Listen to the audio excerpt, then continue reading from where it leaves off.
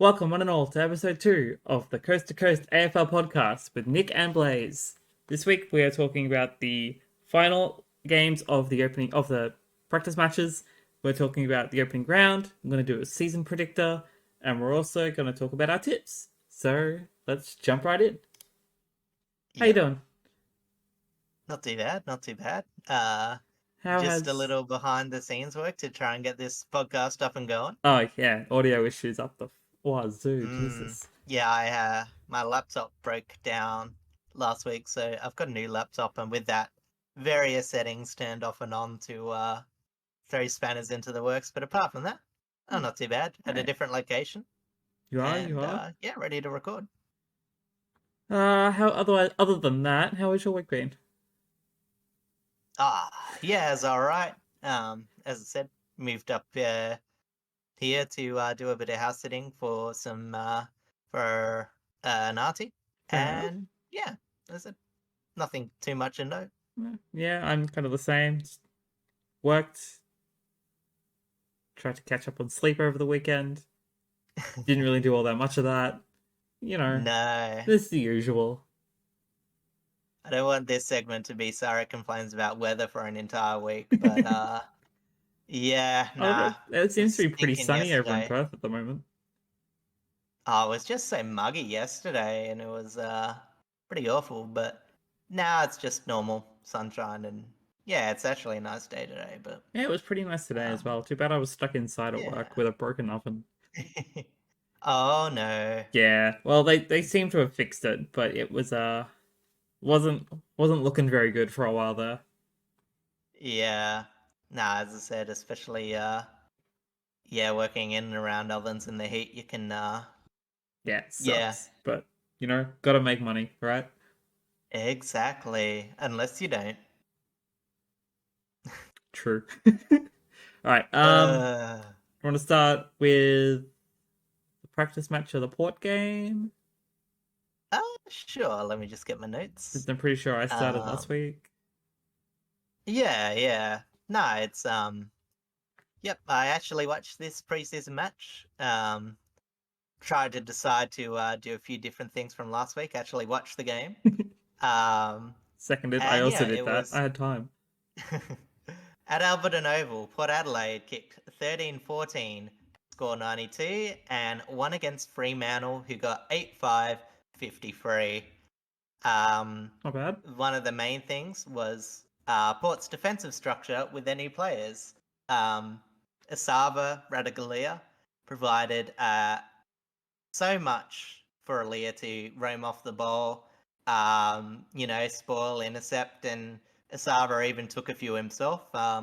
He was very good. And Zach Thatcher too, who was down back, Mm-hmm. played a pretty solid game. Asava's disposal was pretty poor, I thought, as well, but it didn't really matter as much. So was Ryan Burton, who was a bit worrying, I guess. Um, he might get overtaken by a few distributors who are a bit higher rated on Port's list if he doesn't get his I don't want to say act together, but he definitely has been a bit down last year and hopefully can pick up this year. Yep, we put Jace Burgoyne on the wing in the practice match to add to that rotation. Obviously, the loss of Dersma means that spot opens up. We're probably going to play Miller Bergman uh, and a combination of Jace Burgoyne, um, Jackson Mead, and a few just rotating other players. We might even put Wines or someone like that occasionally, or, you know. So it'll be interesting to see if Jace Burgoyne plays a few more games this year. Oh, yeah. For Frio, Young took a lot of midfield minutes, played a very meaningful game. Frio mids all played okay, but yeah, in transition they didn't get as much traction as they did against West Coast, and yeah, bit of work rate across the ground to actually get some movement. It was just way too easy to Port to get the ball back. Mm-hmm. Freya's forward line was poor as well, but missing Amos and Jackson. Unfortunately, Sturt and Tracy didn't step up, who are two people that are a bit on the fringes. Sharp looked okay when the ball went down, and there are other tall forward that's in the mix. Tom Emmett was away with sickness, and what's his name? Josh Corbett who they picked up from Gold Coast a couple of seasons ago. Oh yeah. I think is dealing with a bit of injury as well. Soto and Sweet were fantastic. Provided Finlayson, I should say, Sweet might actually provide Finlayson with competition, which is weird considering Finlayson was the biggest goal scorer for Port last year. But Sweet was also very handy, and it's a lot different, the ruck situation from last year when we were putting the young bodies of Tickle, Vicentini, and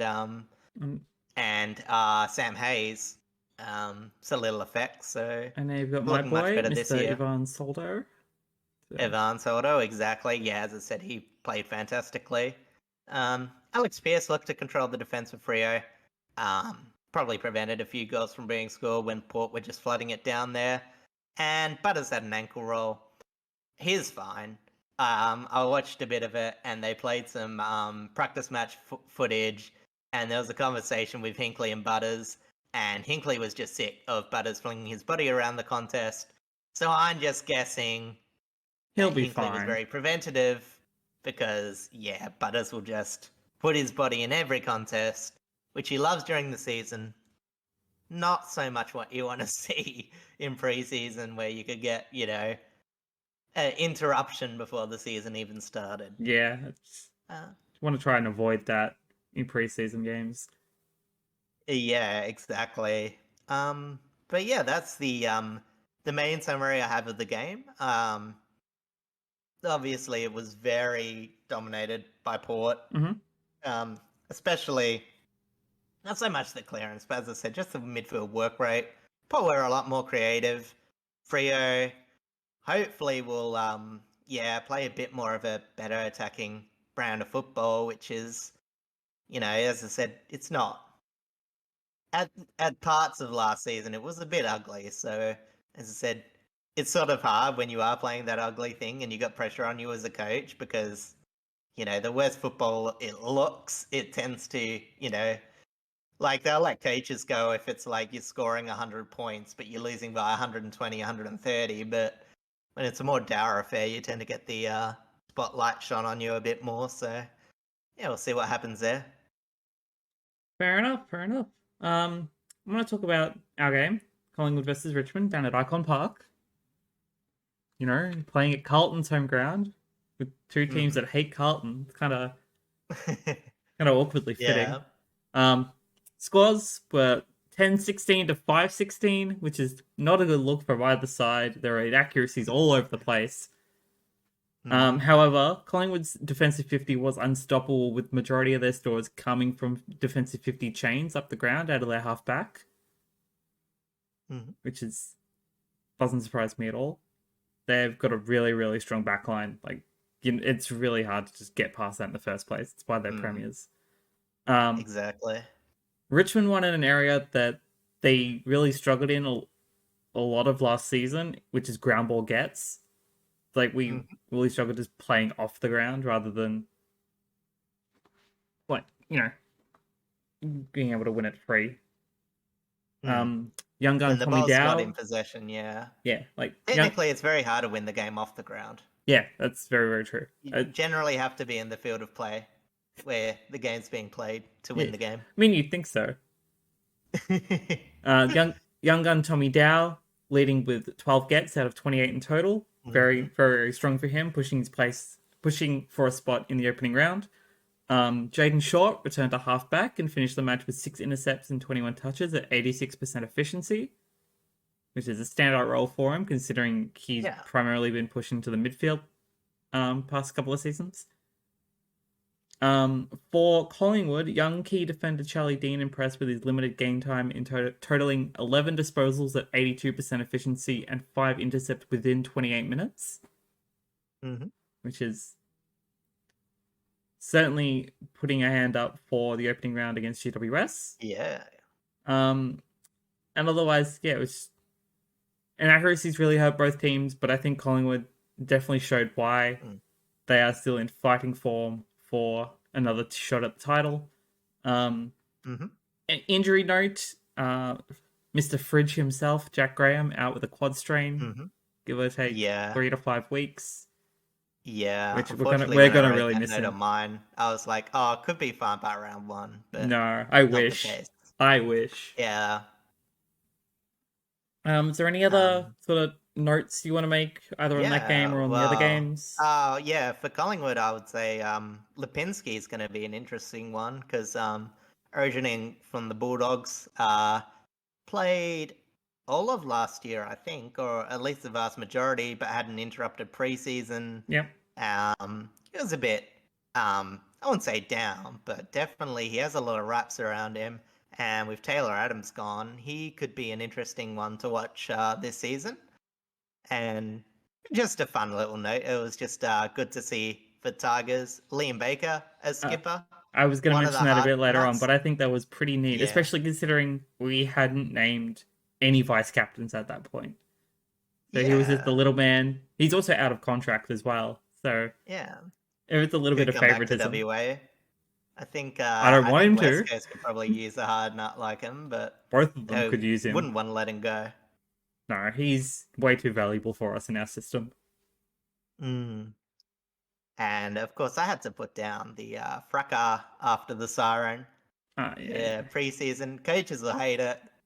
Makes it a bit more interesting, Richmond and but it junk time goals.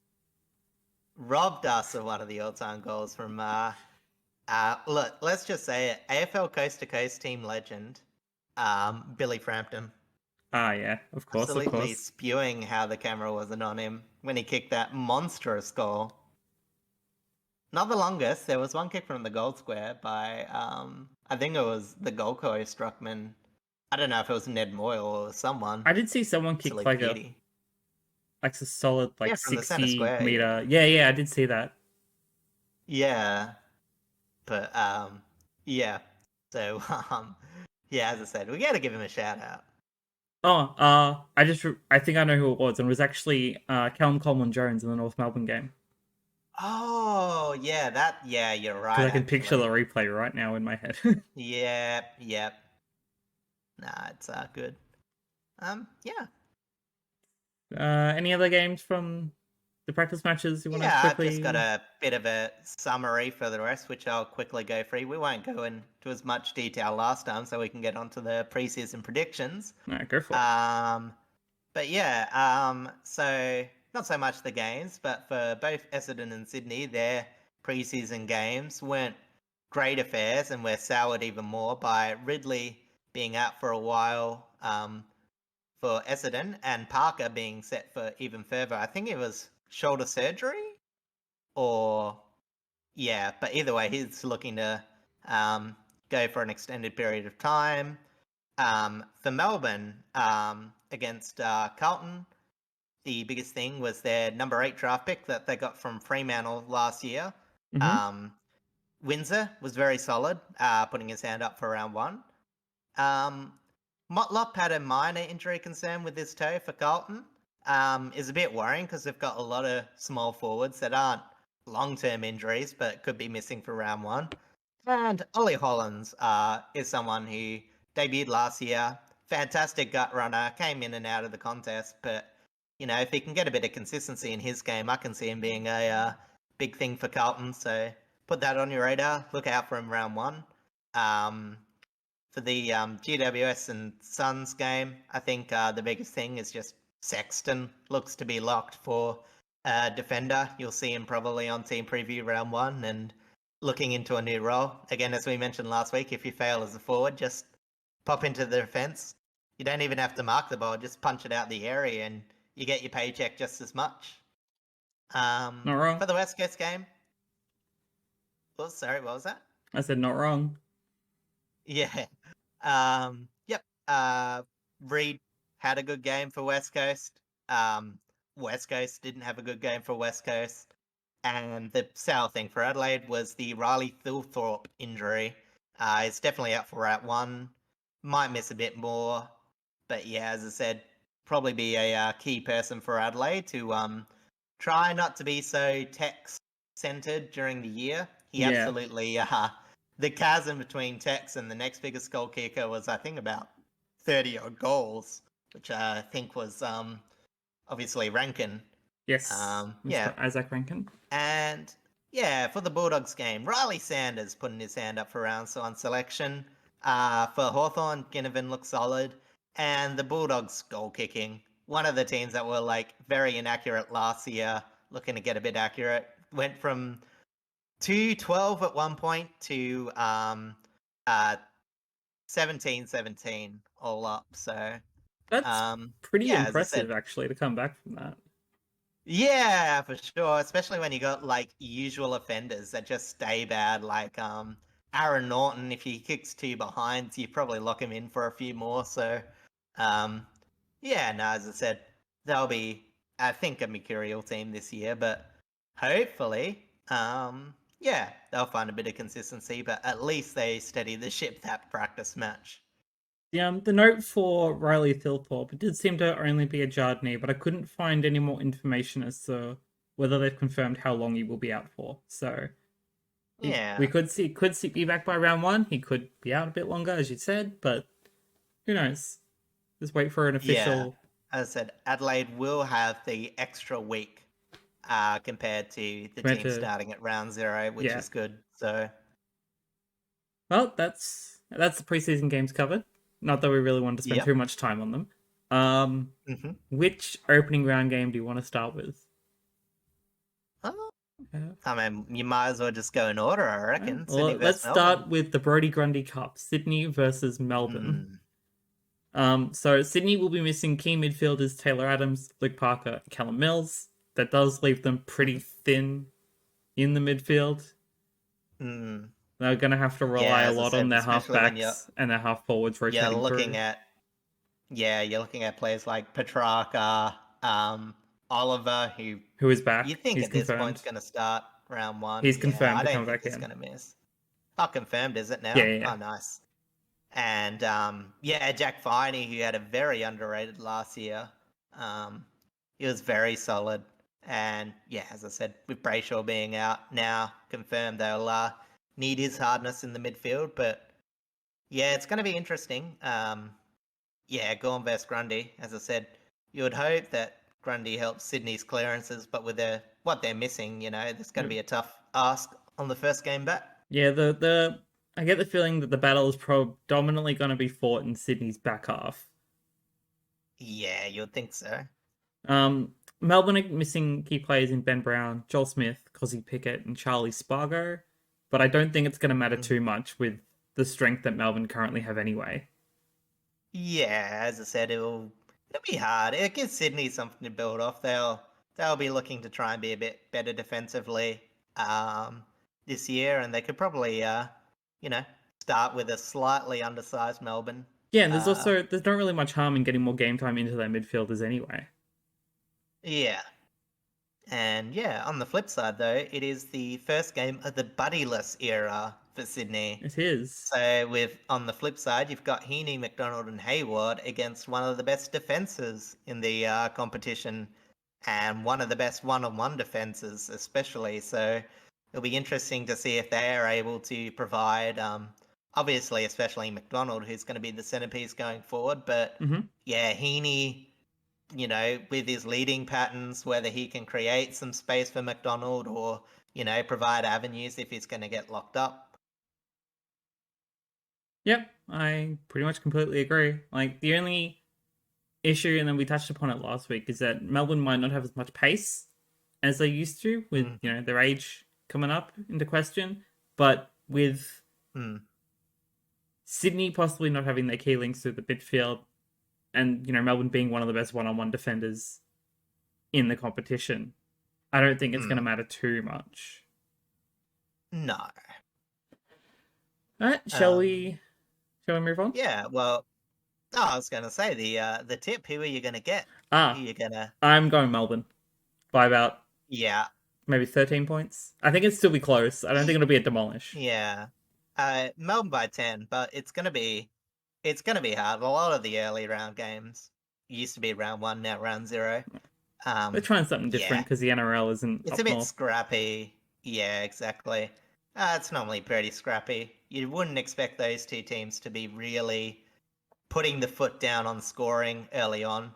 Um, yeah, normally you have to get a pretty bad defense to get a massive score piled up against you in round one. So, yeah, a dour affair, but it should be Melbourne. Yeah, I agree. All right, now the first prelim final rematch in Brisbane and Carlton. Brisbane are pretty much at full strength. Like they're only missing Will Ashcroft and Tom Doherty as their like sort of key players, and they've moved Hugh McCluggage to the wing, where he's getting huge numbers and huge efficiency in set disposals. Not to mention he can still kick goals. It doesn't really matter. Like Brisbane are just so versatile. They just get the ball. No, it doesn't matter if you're on the wing; you're still getting it. There's a reason why they're touted to be probably top 2. Yeah. They're just that strong at the moment. Overall, like in that area of the game, I would say they're by far the best midfield core in the competition. Yeah. Agreed. You know, and led by Lachie Neale and Harris Andrews. They're pretty unstoppable. Harris Andrews obviously in defense, but yeah, obviously like they're captains.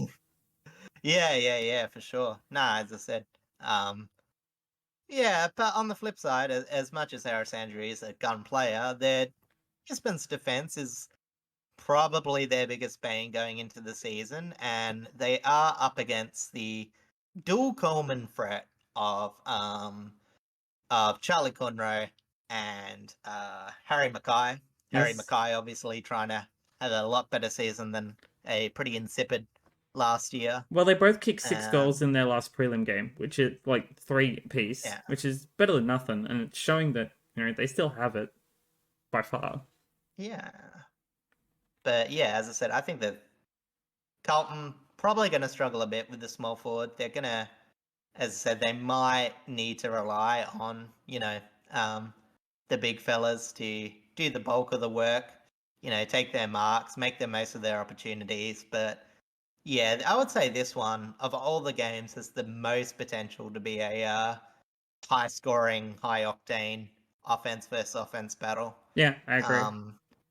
Carlton also missing Wadering for the start of the season, which might be a bit... Still going to miss Sam Walsh and Jack Martin. Zach Williams is confirmed to return this weekend. Okay, yeah. So they'll have some more strength. Hopefully he'll get a good run of it, because he's often a player... Unfortunately, Gaya's missing through injury. Someone else was confirmed to return as well, and I've already forgotten who it was, but it's someone important that I did make a note of. Might have been one of their small, maybe like one of the Durdens or what's his name? I am blanking at the moment. I'm looking at my list and I remember removing it, but I cannot remember who it was. Yeah, for sure.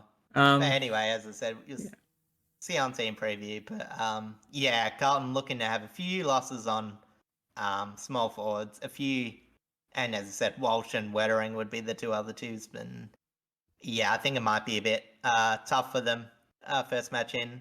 I went a bit conservative with a Brisbane 26. I think it could actually get uglier than that, but for the start of the season, we'll keep the margin low, I think. I think the margin won't go too high. I was considering going probably about like a 27, 29. Yeah. Like Brisbane are probably just going to dominate them. That's kind of what I'm expecting. Yeah. But a Carlton fight back wouldn't be too bad to look at. Yeah, as I said, they're too good a team not to be competitive, but I mean, there's not going to be too many people you're tipping at the Gabba this year. No. Shall we move on to the Damien Hardwick / Player Transfer Cup in Gold Coast versus Richmond? Exactly. I will let you take the lead on this. I'm sure you're eager to... So, just a quick note as to why I also referred to it as the Player Transfer Cup is because a lot of Richmond players and a lot of Gold Coast players have seemed to have gone back and forth over the years. Like, we've sent them Brandon Ellis, sent them Corey Ellis, sent them Oleg Markov, who ended up going to Collingwood afterwards. Whereas, we got Tom Lynch. We've got technically Josh Caddy, even though we got him from Geelong originally. We got Meatball. So originally from Gold Coast. He was a part of that trio. Draft, wasn't it? Yes, he was from the original draft. Yeah.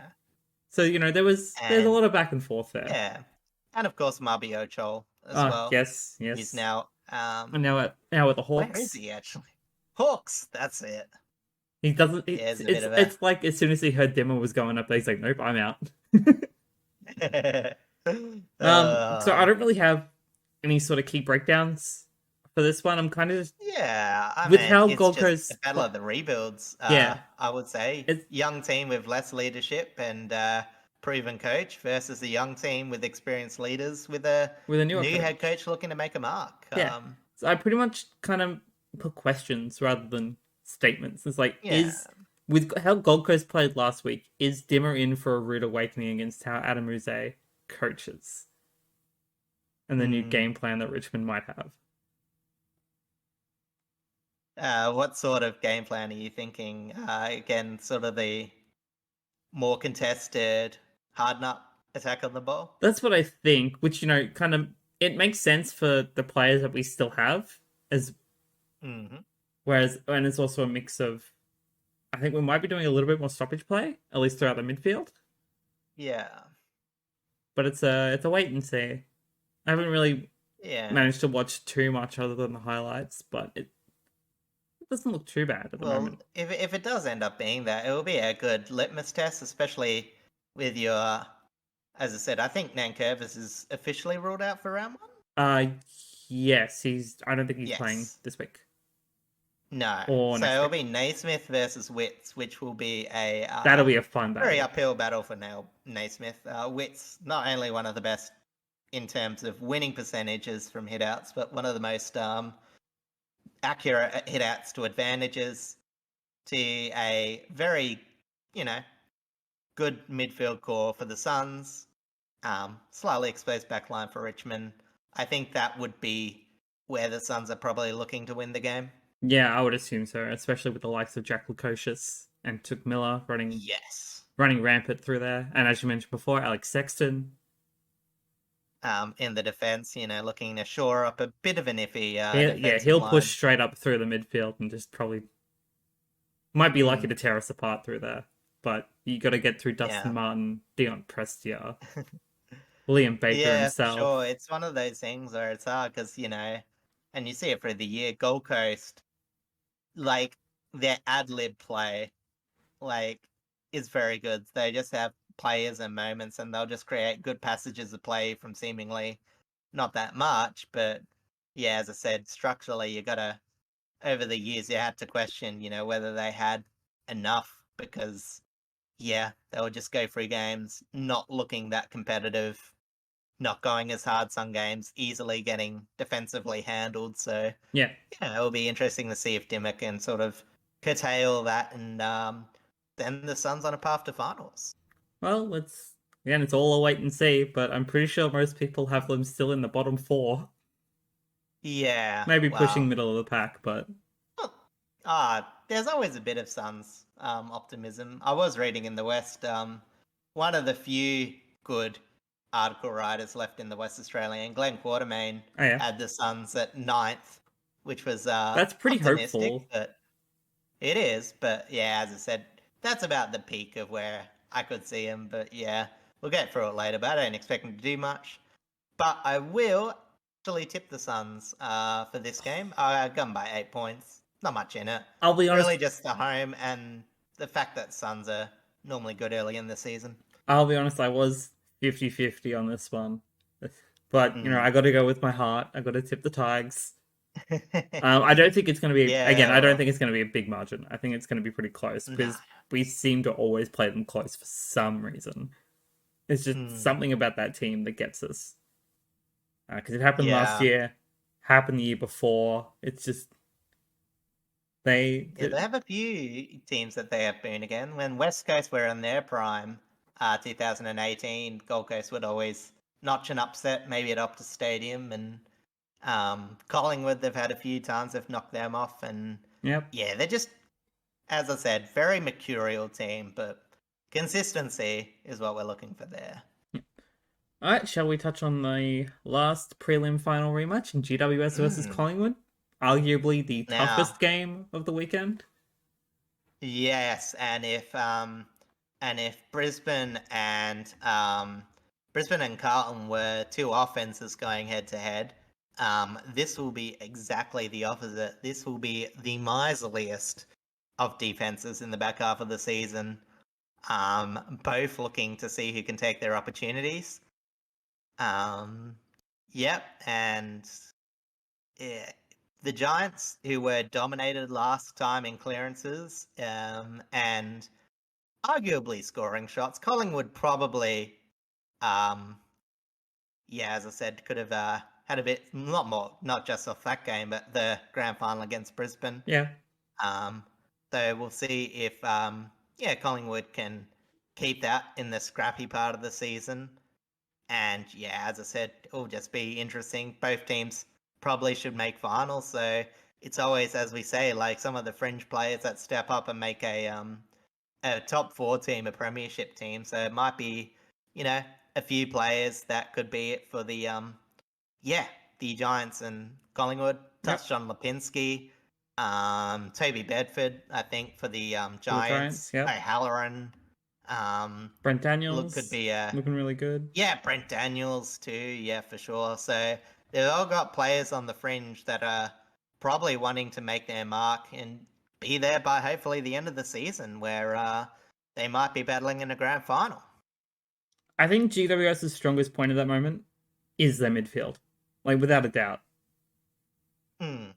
And even though Toby Green has been pushing much further forward, I think his ability to rotate and be able to make his own space and be probably one of the best one-on-one offensive players in the league at the moment is pretty much just a lead from the front, pretty much. Yeah, and I have a look, but I'm pretty sure I looked at the centre bounce attendance for the Giants, but I don't think Toby Green actually played all that much in the guts last year.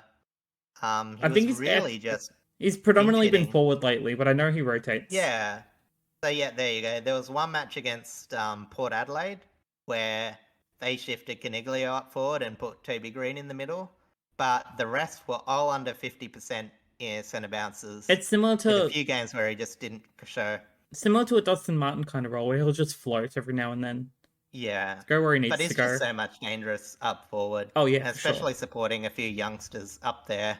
As I said, it's where he needs to be. And the good thing about GWS is that their midfield core is stable and making Toby Green play his best football in his best position. Yep. Any other touches we need to make before we move along?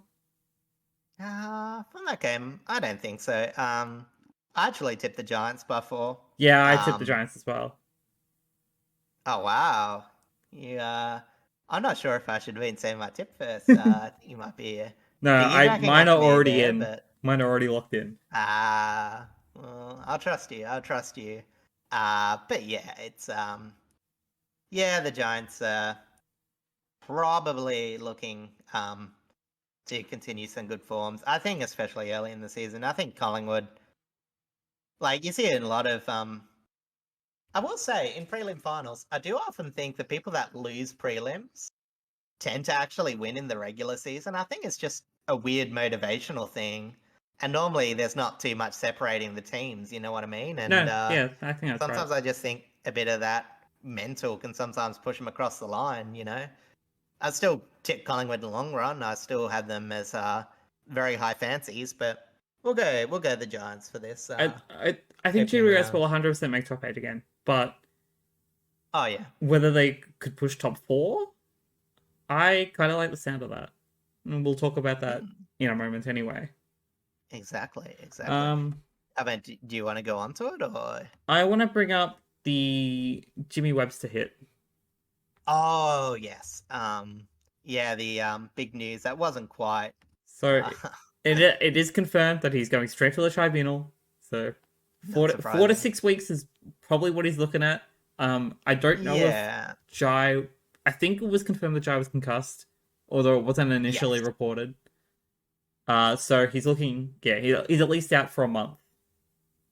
Yeah, and tribunal, technically... I mean, it's not meant to, but... I mean, it has a bit. It's always because that was always the problem when it went to the what do you call it? The MRO. match review committee. Yeah. Yeah. Match review officer, sorry. Unfortunately it's always the outcome, and it does affect it in tribunal, but yeah, if you don't get concussed, you'd have a 3-week bump action getting a 1-week suspension. But yeah, I think we'll see a lot more stuff going to the tribunal this year. Again, with the AFL saying, with the Maynard incident, 2 very different bumps, but they're saying if you go to air, you've got more, what do you call it? It's your responsibility once you go to air to make sure that your momentum doesn't take someone out. So again, you've got a head high bump off the ball play. Yep. And he's left the ground. Yeah, it's not looking good. It'll be 4 to 5. 6 weeks would be really harsh, but very possible. But yeah, at that point, you're getting into very one-off incidents. The gaff hit, or which got 7, I believe, or was that? It was pretty high. I can't remember if it was 7. Yeah. Or even Jonas on gaff all that time ago. Ah, yeah. When he clocked him in the back of the head. Yeah, So, as I said, it's... If he misses the full 6 weeks, he will be unavailable for games against Geelong, Collingwood, Essendon, Richmond, GWS, and the Bulldogs. Yeah. I mean, it's got a pretty tough draw initially, but I don't think Webster is make or break of their... No, I don't think so either. It's just disappointing, really. He is a role player. Yeah, he's a role player, and he can perform, but yeah, he's always been a bit up and down, and as I said, he'll be wanting to make something of this season, especially when he's got a lot of young players around him wanting to make a mark, and yeah, to miss it, we might not even see him for a chunk of 2024, depending on how the season goes for the Sainers. Yeah. No, I completely agree. Any other news? I think that was the main one. Yeah, we mentioned Riley Philthorpe, did we? Yep. Yeah. Touch on that. Alright, in that case, let's move on to our ladder predictions. Mm-hmm. Move the scene here. There we go. Alright, so I know you have already kind of set your own sort of list. So I'll be honest, I kind of just planning on piggybacking off a part of it and just seeing if we end up in similar spots in our discussion. So I think what we could do is I've actually made a sort of a range ladder, and we can go through the teams one by one, and I'll give the range that I expect them to be and their final position, which is just where I think they'll be if I had to rank teams 1 to 18. And I might make an argued case for some of them. We'll see how we go. Yeah, exactly. Do you want to just start? Yeah, at the end of it, I'll recap and go through what I have as the finals locks, the Smokies, and they're not ready for finals. Yeah, sounds like a good plan. Do you want to start alphabetically with the Crows? Yeah, I was going to go Adelaide. I've got them finishing from 6th to 10th. Probably a bit down to where some people have them for the season. A lot of hype behind the Crows, but a very young team still. Yeah, and as I said, production through Tex might not be as sustainable. He hasn't had back-to-back full seasons. Like last season was the first season he's had in a while. That's been the whole 22. So there's a few question marks I have on there and a few depth. But in the final ladder, I've got them at 7th. Oh, that's a interesting position to put them into finals. But honestly, yeah, I think it's very valid because I think it can happen. Yep. Granted, they could go out straight away, but it's a good experience for such a young team. And it could be one of Tex's final bouts, making finals. Yeah, I mean, as I said, we thought that a couple of years ago, especially with the incident, the racism incident. We thought, it's a good time for him to move on to Tex.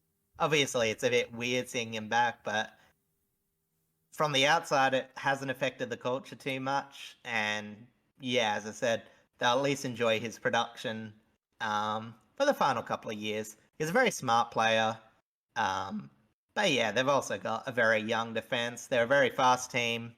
Um, you know, potent offense. One of the highest. They're up there with Brisbane and Port as the most high-scoring offenses. No doubts in that. It's just consistency, and especially away from home. Yeah, agreed.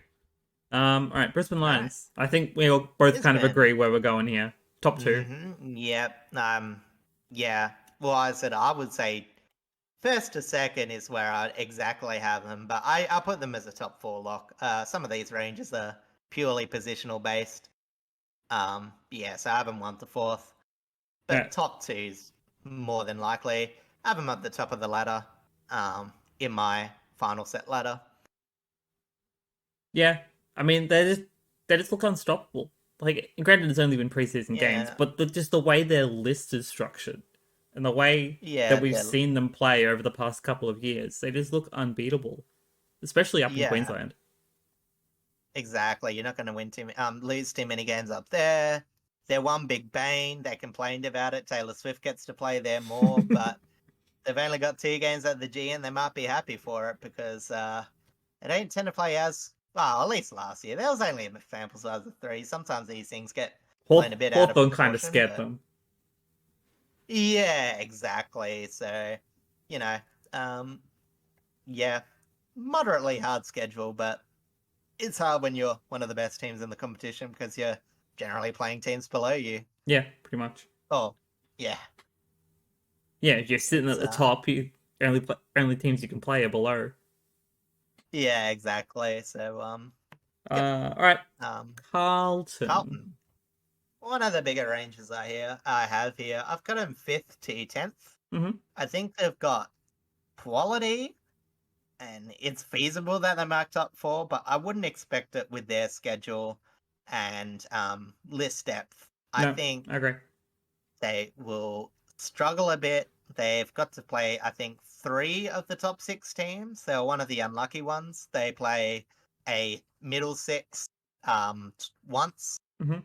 and yeah, as I said, it's just yeah, as I said, It's a pretty rough draw. they've got the offensive production, they've got players in the defense, like they've got the list. It's just the depth, and similar to last year, it's just finding that consistency.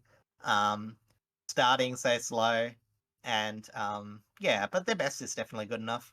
Um, I think I got them just sneaking to the 8th. Um, Yeah, the range but I yeah, would have sort of put him in was like maybe like 7th to 11th, or maybe yeah, maybe not that far down. Maybe probably 7 to 10. Like I feel like if they're gonna make it, they will just make it, and if they miss, they just miss. yeah. It really depends on the logjam as well, because normally I would say the top 3, and I think this year especially, I think top 3 will be their own tier. Mm. I think 4 is probably, the one expected top 4 team to struggle. Maybe again, we'll get to it, but a team like GWS. But, as I said, whether it's last year where you had that big jam and you had some very high, high teams sitting at like, 10 wins at 11th and 12th, So we'll see how far, but yeah, they'll be at the upper end of that list for sure. The reigning premiers. hmm We Maybe a bit going. controversially. You're I've just gonna got go them top four. 1st to 5th. Oh, Finals lock. Ah, it's very harsh, but maybe I think it just comes with a when teams win the premierships, they look to be possibly a dynasty team. I think regular season they tend to drop off a bit. Like they get the job done, and they'll be. I don't think their percentage to go back to back's gone down, in my opinion. But depending on I mean, they have enough depth, obviously. yeah, But yeah, yeah. yeah, again, it's forward production. How Mason Cox will go with the absence of McStay, um, which was he's gone for the year, I think. Yeah, he did a massive injury, didn't he? Yeah, his ACL gone. So Yeah, yeah, he's it gone is for the year. plucking at straws. That'll be quality. They would be pretty unlucky to finish fifth. And I've got them finished third on the ladder. But I do think that there is actually room for them to drop more so than other teams. I don't know if that's purely logical or maybe wanting, but yeah, As they'll be much good. as I'd much rather see him out of the eight, that's just spiteful ego. They're probably likely going to Yeah. finish top four, and I think that's where I'm going to put them. Yep. Now the Dirty Essendon, Dons. Yeah. I've I actually got a fairly smaller range than I thought for them. I'll I let you go don't first. I don't think they're going to finish top eight. No. Like, would it be nice to see them actually make a final after all these years? Sure. Mm. Um, but with just how they play, like their list is actually not that bad. Like, I think their list is really good. There is obviously, I they have some pockets, and they're still in disagree.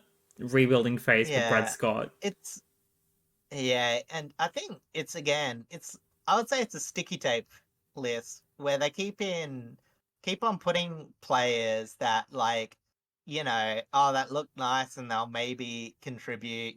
They've got Fantasia in, they've got Xavier Dersma, who I think is probably their best import, Yep, I agree. and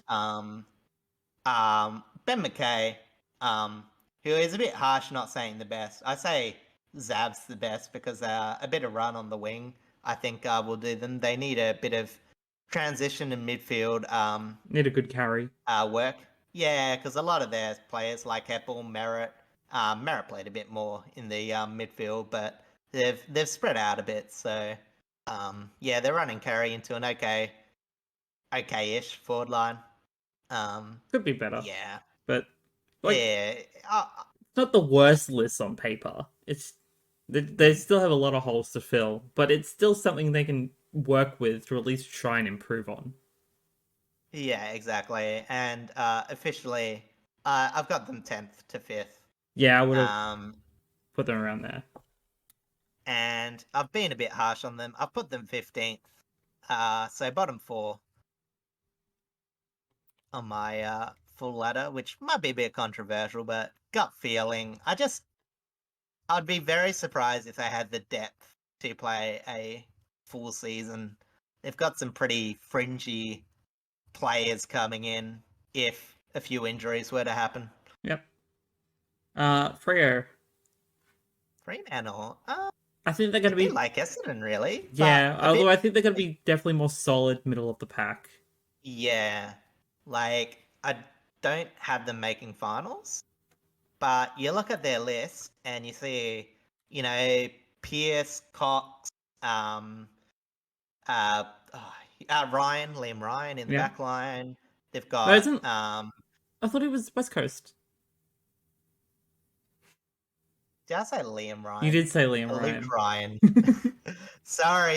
It would be a bit of a steal. Too I many think Ryans out in the you West. West Coast fans would be not only that Fremantle stole Liam Ryan, but put him in the back line to waste his talent. Might be a bit upset, but no. So yeah, they've got solid backcore. Obviously their midfield's looking pretty good apart from the wings.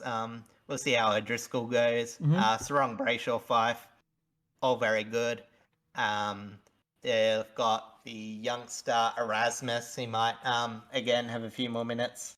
Yep. No worries there. And the forward line, which hopefully should again get some more cohesiveness. Maybe Walters drops off a bit, but Jai Amos looking to be great. Tom Emmett might look to get a bit, and yeah, it's just whoever they can get to support with Switkowski, Michael Frederick. I Just don't. yeah, Yeah, I don't see them making top eight. Just because no. you got to try and keep that list healthy if they're going to try and make top eight. And they did not get many pickups. Like they were just draft picks, not even high ones. It's just yeah, All it's right. pretty thin after the first layer. So yeah, You just I gotta. got them 9th to 15th, Yeah, I went and 9th to 13th. I placed them at 12th. Probably at like the mathematical finals, probably the same as this year. Like as I said, it's just like you want to see players stepping forward. But again, as I said, unfortunately, I think the depth loss this year will come back to hurt them, and it'll be a bit awkward for J-Lo, who is, you know, probably solid enough to continue the list, but it won't look great this year, I don't think. No, I think It's just how they play football, which is more important for him. yeah, I hate to say it, but I think both WA coaches are going to be under the pump this season. Yeah, I would be surprised if one of them wasn't there by the end. But again, you never really want it to happen, but sometimes you just want to see, a new perspective, and especially out the middle. If Longmuir can't get the transition to go for Fremantle, it might be good just to shake things up because they definitely have the top end talent. Yeah, I agree. All right, Geelong. All right, Geelong. Now, statistically, if you look at Squiggle, if you look at other mathematically based preseason predictors, they really like Geelong. And you can see why. They've still got a lot of talent on the list, still fairly. It's just very dichotomous between their young and older players now. They have a lot of stalwarts, but they're also playing a lot of, around 50 to 100 players. I have them 6th to 10th. Again, solid. They weren't that far off it last year. They were probably a bit unlucky. No, they did get really not unlucky. To, get a few more wins under their belt. But as I said, again, like you can almost say it about every team, but fringy players like Oyce and Marlon providing a bit of run. That's what they really need is that run. From coast to coast. And they have a few players that can do it for them. Fitting name though. They've got the forward line for it. I mean, Tyson Stengel, Jeremy Cameron, Tom Hawkins. That's what you can build your team around. Close, obviously, very efficient scorer, along with Graham Myers. Like, if they get the ball inside 50, they really should generate. And they've got a solid backline, obviously held together by multi-All-Australian Tom Stewart. Ah, yes. The man himself. The one who seemingly can do it all of a sudden. Yeah. Oh no, actually, sorry. The Gold Coast Suns.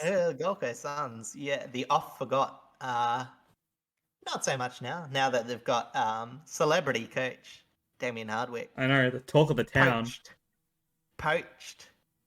Not only, as I said, around the water coolers, there was probably a bit of talk about that coach movement. But yes, as we talked about before, inherited a very scrambled list.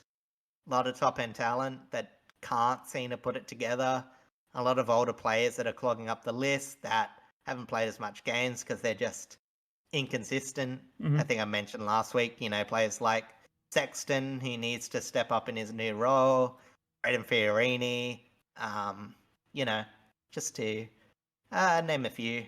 Yeah, they've. I think the forward line is what you want to see, Joe. Most importantly, Absolutely. I don't think they have the players in the back line to stop many potent attacks, but if they can generate a few goals, that'll be the most exciting thing about them. But I think it's like one of those things where they'll step forward, but they might not win as many matches. You know what I mean? It's when it's a structural change, when they're having, especially running both ways on defense, if Dimmer can instill that, it might mean that, a few players get a few less possessions, while trying focusing on roll a bit more. But I think they just need that discipline, really. Yeah, like it doesn't have to be all about the possession count as long as there's fight, as long as you're in every contest, as long as you're trying to move the ball forward somehow. And they're just so inconsistent in matches where they were in the contest versus, against North Melbourne at the end of last year where they were just getting beaten by, off-the-shelf youngsters at the contest like they were, a bottom 4 team. So, got him 12th to 15th as a range. I went put him 13th. 12th to 18th because, never know what's going to happen with that list. Yeah, I think there's a bit. I think there's a bit of separation from the absolute worst, but yeah, it's yeah. I'm not that optimistic, but it's not really about it for the first year under Dimmer, I don't No, think. yeah, they need to And I think most learn. people are being fairly reasonable about it, but we'll see. It's all about learning the new game plan and whether they gel Mm, with each other under a new game plan. exactly. Especially if they're going to listen to their coaches in, Alex Rance and Sean Grigg. Yep. All Um, right, GWS, one of the GWS. sexier preseason teams. The big Um, sound. yeah, the big sound, the keys to the Ferrari's been traded in, and the engine's still humming. The engine is still humming after the rebuild. It's been retooled, maybe a bit more economical, maybe a bit higher from the ground, not susceptible to getting beaten up and flipped on its head. They've I learned don't know how much from more I'm their going to go with finals this metaphor. campaign. They've learned from their finals campaign last season, and they look Yeah, better than they have ever been, pretty much. yeah, I would say they've probably had more talented lists, but in terms of cohesiveness, this looks like the team going forward more so than other years. Like, as I said, they've always been one of those teams, even make the finals twice, but haven't really threatened. Always looking a bit better at the top end than their worst performances. Yep. Yeah, I just got them locked third to eighth. That's one of the finals locks for me. Yeah, we'll just go a hard Um, top four for them. yep, I'm putting them in fourth on the hard ladder. I'm very optimistic about them. Well, I mean, on my count at the moment, that's three of the top four, or pretty much already locked in. Yep. And I will say ahead of time, I've got 5 locked finals teams, so two more to come. It should be a bit obvious what they are, but Yeah, it's not hard we looking will at what we've got left. we'll go to a team that just narrowly missed out being a finals lock. Hawthorn. Yeah, Got him. Yeah. And when I say that, I mean I got them narrowly missing out on not ready for finals. They're bottom 4. I They're got I want to counter that because I don't. Oh, actually, 50-50 on that. I can see them being bottom four, especially with how they've looked, and it's their injuries kind of already showing themselves be a little bit damaging. But it's also a team that has enough experience and potential where they can even push 9th and 10th. You think? I think they have the players for it. It's whether They they had the can players last actually. year, and They had some pretty I surprising think games. I mean, they had some pretty hard they losses, did. but And I will say they did play okay in, as I said, in the few games, but it's just the style they play. It's very hard, I think, for a young team to play so kick possession. Um, they had a lot of uncontested ball, and I just think when you get a young team like that, it just opens the door for so many mistakes, so much goals to be kicked against you. And I think if they go the way they did last year, they'll probably actually end up being worse with their defensive worries. And I don't think they have a forward line that will worry too many teams. And yeah, as I said, it's just really the small things around the midfield and a few other players seeing who can come up to be optimistic for them. But yeah, I'm very not really rating them. As I said, I think I placed them 17th. Honestly, I was thinking of maybe putting West Coast above them. I'm honestly thinking of that is a rethinking some of hard the call. bottom 3. Jeez. I would say it's a 3-sided coin between them. You can definitely make a case for both, all 3, but I do think they're a step behind from the rest of the competition, and significantly so. I'm gonna put them up a bit higher than that. just because Yeah. I think they're a sneaky smoky. Not to make top 8 by any means. They're definitely not ready for finals. No way. Mm. But I think they show enough opportunity and enough perseverance as to whether they can upset quite a few teams Mm. I mean, we'll see. and maybe a couple of like the 5th to 8th sort of teams. Whether Yeah. and I mean in games like those, that'll be more a benefit to Yeah. those 5 to 8 teams to show them what they're missing. Yeah, maybe. As I said, I'm always a bit uh cautious as well. Like I said, some teams they get good upsets, but I mean, West Coast beat GWS last year. You know what I mean? It's just, I think when you're a young team, sometimes it doesn't actually matter. Like who you beat's a bit irrelevant because sometimes it'll just gel for you. Yeah, Like that's I just agree. any given game, you know. As I said, you're in an 18 team competition with some insane fitness coaching, insane level of uh, as I said, even though the talent pool's widened over the years with the expansion teams, they know how to get the most out of it, and every team's got a structure now to where most of the time, as I said last year, there was two outliers. They could play defensive enough to be in it, and Hawthorn are a team where defensively they were in it a lot last year. It's just, yeah, the players missing this season don't make me too optimistic. It's we'll just make it a wait and see sort of game. Yeah. Anyway, we'll go a bit higher up on the ladder to So one Melbourne, of the other finals lock. Normal Melbourne. you just Yep. have them as a hard top 8. Yeah, hard top 8. I've got them 3 to 7th. Obviously, a lot of talk about the culture and all that off-season stuff, but especially premiership teams, like when you know how to make a campaign and win it, I think, I think just football just comes ahead. You know what I mean? And it's Yeah, like it's a bit harsh because obviously you have teams that have made finals that have gone downhill, like Adelaide, obviously famously. GWS has gone down a few times, but as I said, Richmond. the difference between Melbourne is that Richmond a tiny bit. Like that's obviously at the end of a dynasty. I'm talking about more one-off sort of things Ah, because yeah. Melbourne still only have the one premiership despite being relatively good for the last 5 years.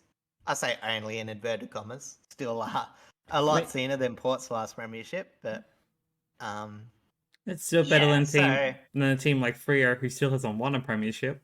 exactly, Suns. So as I said, so I think at this, I would be fairly confident that all that off-field stuff, like it'll be dealt with. There'll be a few players that might have down years, and it might explain why, but they just got a lot of depth. Traded a bit away, but they've still got a lot of players looking to contribute.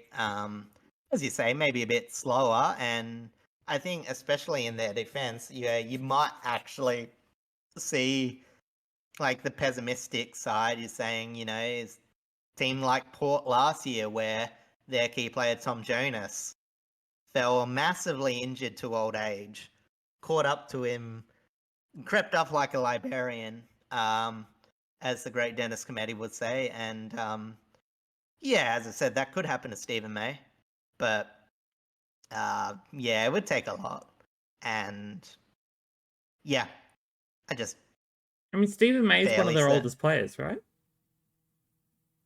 He's Sure, about 32, last I oldest. checked. Yeah, he's 32. And as I said, it's that awkward age for a key defenders, because especially in the league where it is now, and you have like a lot of fast key tower forwards, I'm talking about Jai Amos, as I said, and a lot of the new breed of forwards, that are so good on the ground, it really does hurt you. Mm. Not being able to keep up because not only, you lose in the air, but you lose if the ball ends up going to ground, like when a player covers you. So, yeah, it's but as I said, it would take some unexpected drop offs for Melbourne to be behind the ball No, I agree. in terms of their performance this year. The only I'll use a good comparison to Stephen May. Dylan Grimes, he's pretty much only Yeah. got one good year left in him, and that'll be this season. Yeah. Because his last season was not good for him at all. He probably one of the Mm-hmm. worst seasons of his career. So yeah. Yeah. Once you hit And that certain point as an older defender, it's kind of just make or yeah. break. Either you make And I something think, of it or as I what. said, it's one of those things, and as I said, we focus so much on makers. They're a good enough defense where it's not the only person down there. Like, you still forget you have quality like Jack Lever and Jake Adam Lever, Tomlinson. What did I say? Jack. Sorry. This will be a common theme. I'm very bad with names and all that. So You're good. yeah, as I said, they've got enough key position. But yeah, and I just checked for you. Stephen May is 32 years Yeah, old. I thought so. Had 1 month. Oh, what do you Yeah. know? So yeah, happy birthday last month, Stephen May. We No. hope you don't drop off. But yeah, as I said, I think it was a bit overblown last year. He still had a quality year. It's just Stephen May has a few Stephen Mays in terms of attitude, and it makes you look a lot worse. But week in, week out, it's still part of what is a staunch defense. Yep, I agree. North Melbourne. Off to Arden Yes. Street we go. And yeah, one of the more, I'd say the most variable of the bottom three. Not surprisingly, I have the other one as a future bottom four lock. I have North Melbourne as a bottom four lock, 15th to 18th. Yeah, pretty much. On the plus side, their forward line and midfield shaping up quite nicely. The flip side, holy hell, their defense is just babies. Yeah. Like, They only have Mama's hop to the goal square. they have Left the only Joeys to one defend. key player above 23. It's not pretty Well, as down I in the said, back. well, right now, because unfortunately we were talking in the practice match, they have 3 defenders that are above, I think it was 100 games. Yep. With Griffin Logue, I'm gonna have to look it up quickly, but Griffin Logue, Aiden Core, and the one that's always been there. It's a bit of a stalwart. Luke McDonald. That's right. Yes. As I said, so they've got that, and the rest are just babies, and 2 of those, I think, in Cora McDonald are going to be missing for the start of the season. So, yeah, they're going to have to find some people fast, especially in that key tall defender department, because, it's really not looking positive. No. As I said, they tried a few people, tried Toby Pink in the preseason game. He had moments. They've got Josh Gota, who played a bit last season, that could be looking for a few more games. But, as I said, it's just so hard unless... I don't think they're going to be outscoring many teams with that defense. So they're really looking to win like those scrappy games against the bottom 4 teams, but they definitely could pinch a few upsets. Like, with a team like this, they're definitely just looking for the experience more than... Yeah, exactly. And, as you said, Larky, Zerha, Ford, before I get told off again. Also a few people brought in. Zach Fisher, whether he plays field forward or forward midfield. I also picked up Jaden Stevenson from a few years back. He's looking to continue, and it's again building. Not much to say, really. Yeah. I did put him top 3 at the time of the top 3 of the bottom 3. Yeah. Yeah, of the West Coast North Hawthorn. I put them ahead. Honestly, looking back, I could just as easily see them last. Yeah, it really depends on. It's just going to be an all-out brawl in the bottom 4. Like, yeah, exactly. Port Adelaide. And we are in the bias alert region. Oh yeah, no, the next 2 teams are full of bias. Yep. So we've got not surprisingly for me, Port 1st to 5th with a finals lock.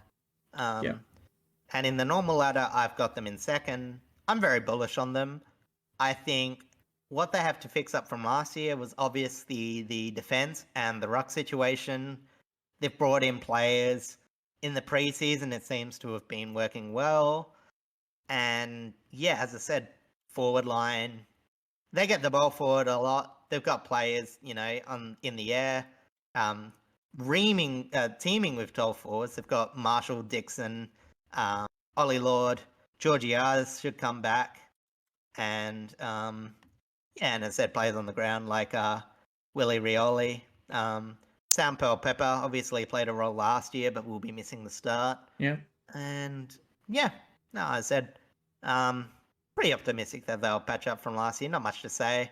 The probably big thing is, they weren't as convincing against a lot of the top 8 teams. So they're probably also wanting to look at getting a bit more percentage as well. Won a lot of close games, which is always a bit scary because, it's always the thing of, were you playing a bit better than expected, or, were you just struggling in areas? But yeah, I'm pretty convinced that they'll do well. Again, second under Brisbane, who I just think are ruthlessly aggressive. Above Collingwood, which is probably maybe a bit of bias there, but It's probably a little more accurate, I'd say. I think top 4 is pretty solidified for them, although they do have a relatively hard schedule. Tough because, as I said, they don't have Carlton where they're playing like the top 3 at the same time. It's just a very awkward, I would say. There's parts of it which are easy, in terms of the teams that they have to face against. Like Melbourne is their top 4 team that they play twice, no others. Mm-hmm. Which you would say is probably the softest of last year's top 4 to face. Not saying anything against Melbourne, but there was definitely a bit of a gap between them and Collingwood and Brisbane. Especially if you're guaranteeing an away game against either of those sides. But yeah, I'm pretty optimistic. Same can be said for and me. I'll let you take the and my Tigers. Mm-hmm. So I'm thinking of putting them about 8th to 13th. I don't think they're going to be bottom 4 material. I think we have enough. Mm-hmm. We have enough to have one more shot at it before we have to pretty much fully commit to like a midfield rebuild. Especially because we're going to lose Dustin Martin. We'll lose Dylan Grimes out of the back line. I'm expecting Dusty to retire. I'm not expecting him to go to another team, as much as he still looks really, really fit. Because I pretty much expect him to only just play out the last year of his contract and then just vanish off the face of the earth. You would expect, but it really depends on what he wants to do. I'd say Richmond for life, though. I think we've recruited well. Maybe a 1 year. Yeah, maybe. It depends on what he wants to do. I think we've recruited well. Like, getting Kaczynski from Hawthorn to replace Jack has been really, really good. He's looked really good and already kind of gels fairly well with our forwards. Getting Sam Naismith out of retirement from his injury woes after playing at Sydney alongside Nankervis. So they'll be able to rebuild their synergy from when they were up there. Alongside my young goat, Samson Ryan. It'll just be, we've got Taranto and we've got Hopper, we've got Baker, we've got Prestia. We've still got a strong midfield. I think the wings are going to be hard because I think McIntosh and Pickett are our weak links. I'll be honest, as much as I love Macca, I think he's kind of waned off in the past couple of years. Yeah, he's one of those players where his disposal was never the best part of his game, and as he slows down, it's probably damaging a bit of his output on the wing. I think our defense, apart from Grimes getting on in years, is still really good, especially now that we got a full season into Tyler Young, who is one of our younger players who looks to have fit really well out of that season last year. We got Josh Gibcus back, who after a stellar 2022 season was out with an ACL all last season. We've still got, we've got Rioli, we've got Broad, we've got Vlosten back there. We'll have Short now rotating back through there. I'm sure our rucks and Liam Baker, who's known to float backwards and forwards, will be helping out a lot off the half back. So I think our back line is really solid. Our forward line, Yeah. I don't know. The inaccuracies over the past couple of Mm. weeks kind of don't give me much confidence, especially with our smalls. Like, I'm not a big fan of Noah Cumberland. Mm. I think Morris Rioli still has a lot to prove. Definitely. It was like a lot of those players, especially of the last flag, which you were like, oh, the next wave for Richmond, Like that, obviously a few players that have gone out, like Sydney Stack and all that, that you were probably hoping you are hoping would to have become a developed a good tiny player. bit more. Callum Coleman Yeah. Jones would have been really nice to actually keep, but now he's off Yeah. at North. I think we still have the players to be able to fight for a top 8 position, but I'm not expecting it as Yeah. convincingly as it might sound. Yeah, and for mine, I think you're right. Like, they do definitely have patches of talent. I think the forward line is where it falls apart the Yeah. most, and yeah, but defensively solid, midfield okay. Like, And let's I not just to got mention them. we still have Tom Lynch, like just waiting in the wings on an injury. I think that duo is as potent as it is anymore. Like, I think him and Jack were at, the best we were going to get. Now that Jack's retired and Tom still isn't yeah, 100% fit, I don't think it's going to be as like anywhere near what we really need it to be. and I think during his seasons, Tom Lynch as a number one forward target isn't quite as great. Mm. Like, he struggled early when he went to Richmond. I say struggled; it was like a few games, and definitely at the Suns too.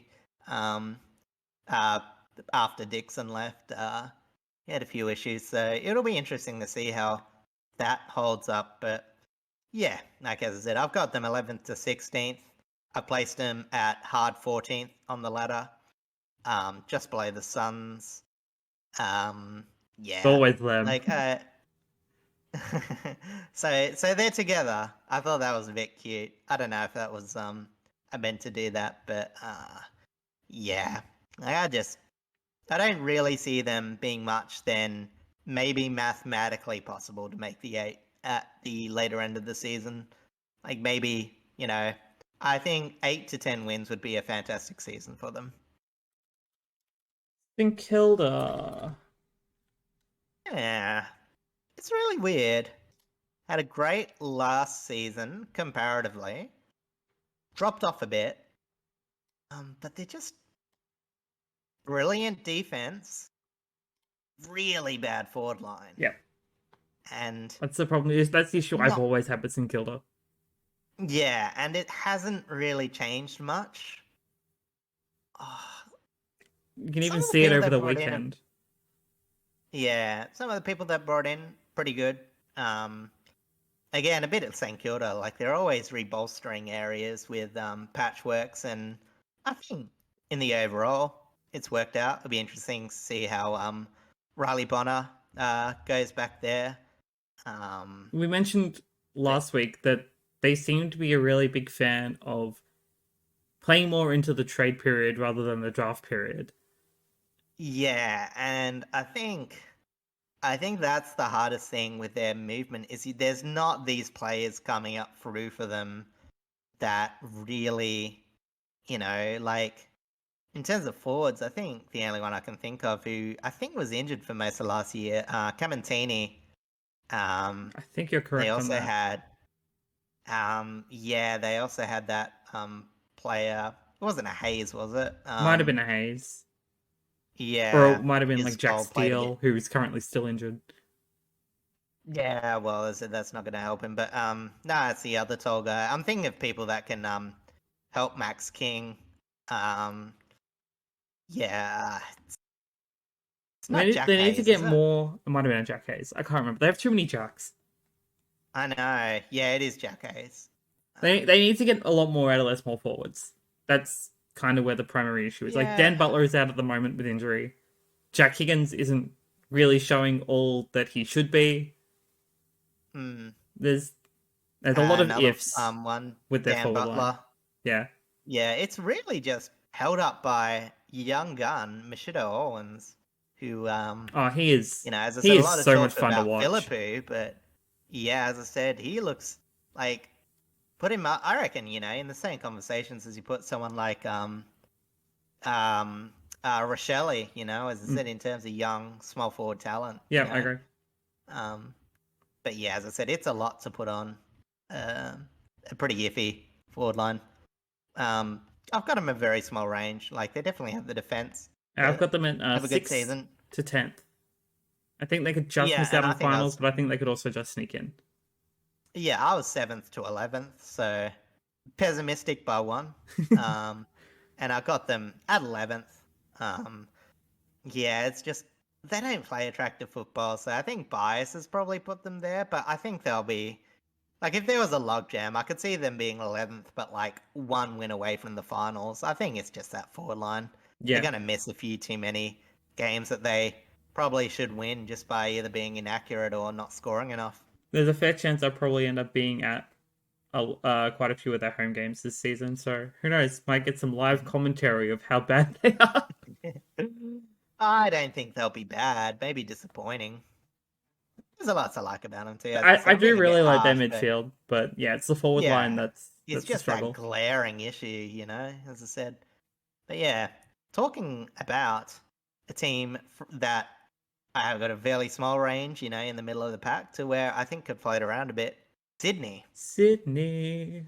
They looked okay This- last year, I would say, Well, under their prelim performance they managed to sneak into from finals due to a marginal error mm, against Adelaide. very, yeah, very unlucky. Well, lucky for them. Hmm.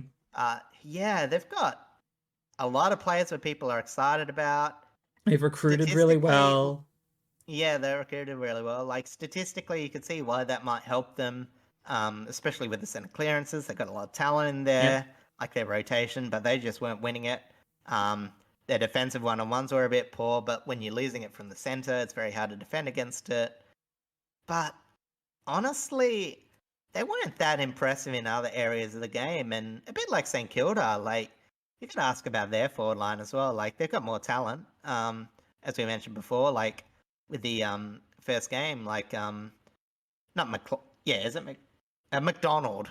But there are too many Hayward and McDonald's in the Heaney. system. Yeah, I know. So yeah, as I said, What is they got a their lot, but yeah. what is their starting strength of schedule? I don't actually know. Look, to be honest, I'm not actually too sure. I think I'm Sydney were one of those gonna bring it up middle of if the I pack can. things, neither good nor bad. But it's always like you look at a few of them. Like the Fox one differs to like there's someone that does a really in-depth breakdown. Also, it's not just strength of schedule, but it's like home games versus away games. Like Oh how much yeah. they'd rather face their team, and even the boon of who they didn't face. Like as I said, if they face a team like Port, always like playing the Suns. Yeah. But yeah, as I said, it is what it is. My only I concern think with the sorry, I'll let you finish. Go on. no. As I said, I think you can look at the strength. But I think as I said, it's the overall depth. They've got players. I think that are also a bit ball burny too. Mm-hmm. In their fill in spots that might be required to play, and yeah, I can definitely see their best being good. I don't actually think it will formate this year. I've got them at the pessimistic of their range as ninth, just missing. Maybe it's cosmic karma for Adelaide that I have Adelaide in the 8 and Sydney 2 spots below them, but I think it's yeah. I think they'll be good. It's just I think like another team that we'll be talking about soon. They're just I think they'll just have a bit of variance. And I think they will actually miss the 15 games that Buddy provided for them last year. Yeah, I pretty much completely agree. The only reason I brought up their strength of schedule is because of the injuries that they have in their midfield. Yeah. So they're going up against Melbourne, Collingwood, Essendon, which they should win, Richmond, West Coast, and the Suns as their first six. They should easily win at Yeah. least three of those. Probably four. I reckon Yeah. they'd beat us. But Yeah. Essendon, though, they have a few good matches against the Swans recently. Wouldn't put too much. it's not the worst I'll say matchup. that's one of their bane. Yeah. So it's just whether whether they're able to overcome the loss of key players in their midfield early, or if it's gonna be a bit of a learning curve early on. Yeah. All right, West Coast Eagles, Coast. Yeah, pretty one of the convincingly smallest bottom ranges four. for me. Yeah, I got him 16th to 18th. I'd say bottom Uh, two. Why not? yeah. Actually, as I said, I think that should be I think I misput that. I meant 15th. Um as I said, I don't think they'll escape bottom three just from the injuries we've seen already. It does feel like Albert's repeating back there. Honestly, their forward line's still AFL standard, and they'll see some improvement there if they can just somehow manage to find some more inside 50s. But when you look at the injuries that they have, the fact that they're forcing to ruck Williams again, um, yeah, as I said, it's going to be very tough for them to find it in there a bit more. Maybe I hope that Harley Reid is, I don't even think, well, from what I've seen, he's going to be like I don't think he'll be like a clearancey hard nut player that they sort of need right now. I think we'll be seeing him bob in and out of games. Mm. Um, And it's and going to still take have him a big time positive to impact.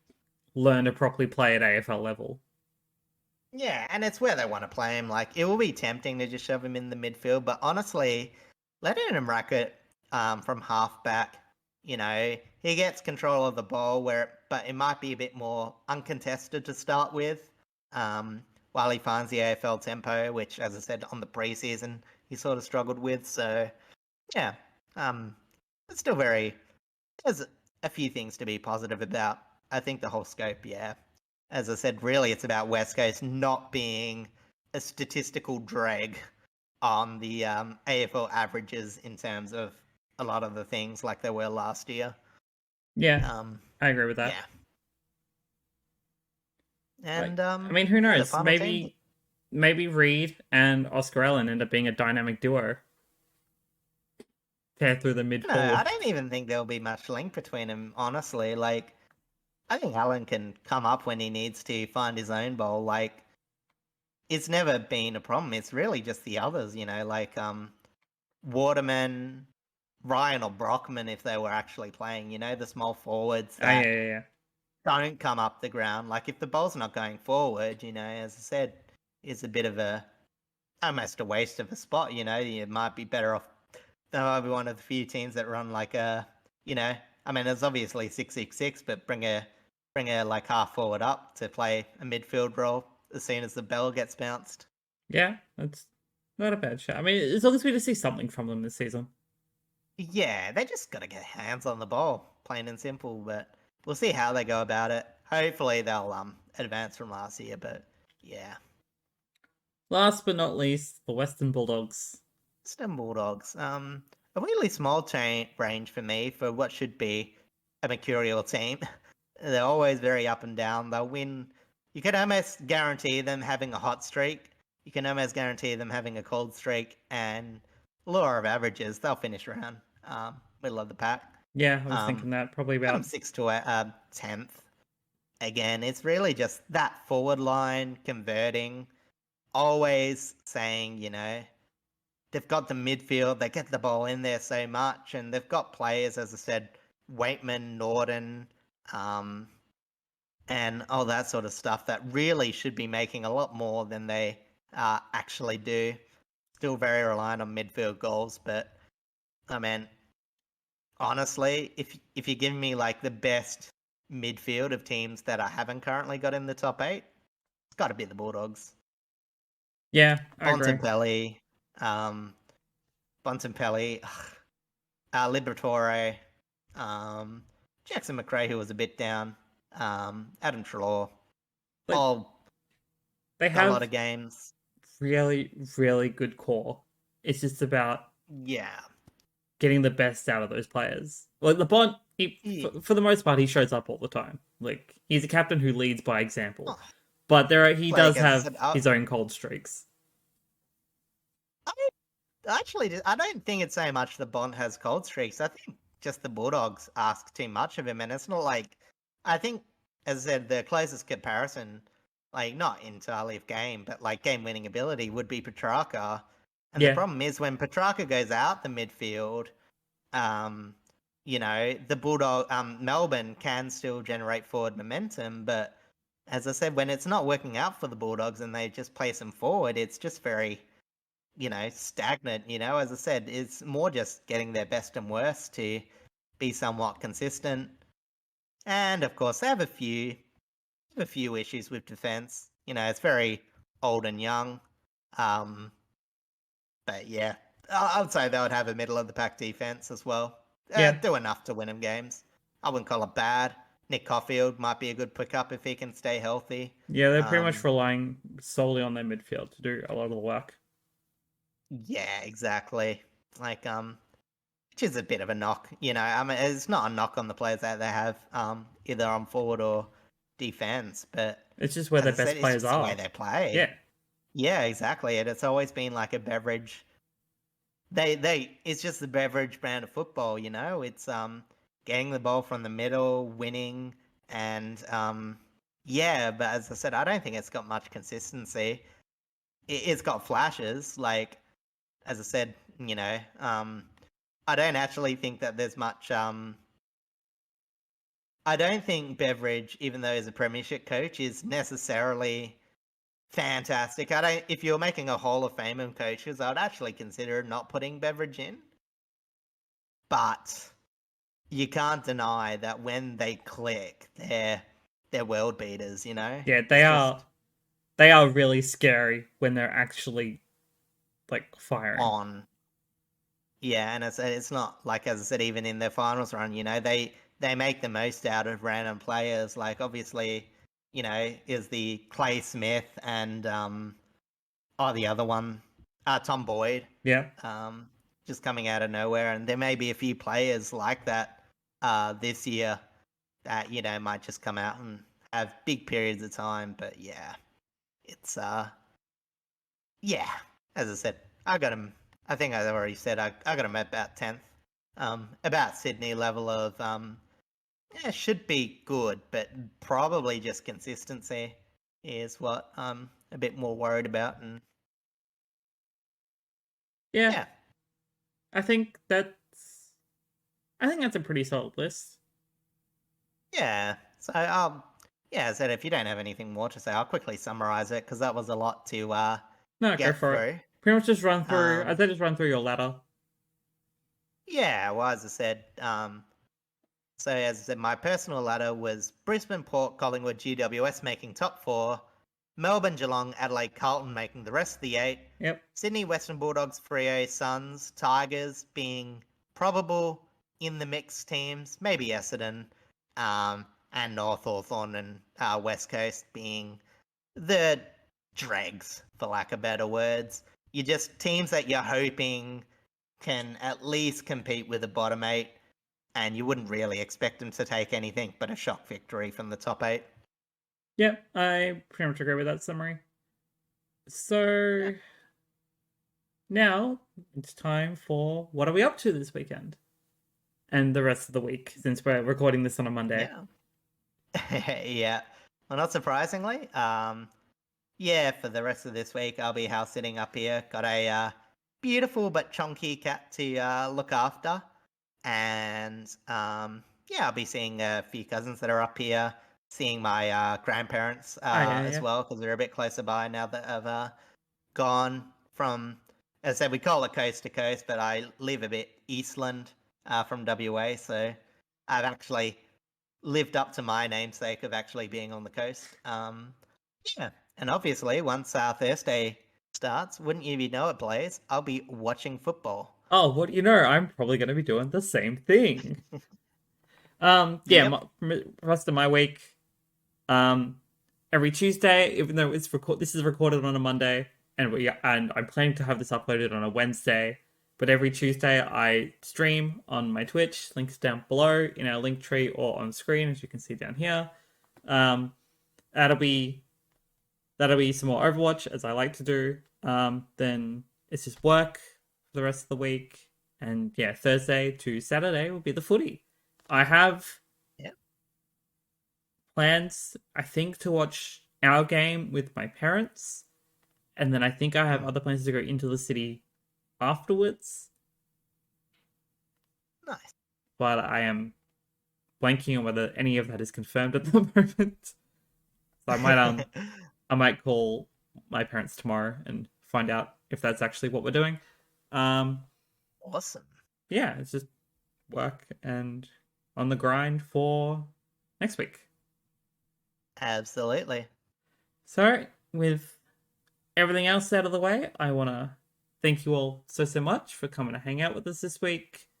Thank you for listening on Spotify or on YouTube. Thank you for watching on YouTube, because that's the only place where this goes. Please feel free to follow all of our socials.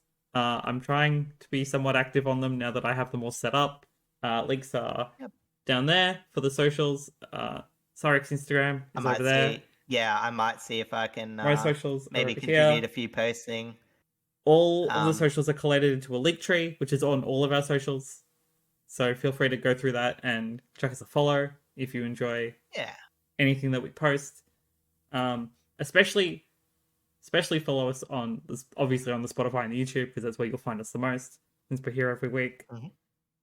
And yeah, I'm looking forward. Any questions you have? Yeah, post them. Yeah, send them to our socials. Really or just put them in the YouTube questions. Comments, put them in the Spotify comments. Exactly. Love to answer them during the weeks. Any feedback also on just our formats and things like that, I'm always happy to listen. And yeah, we shall see you all next time. Have a good evening. Bye-bye. See ya.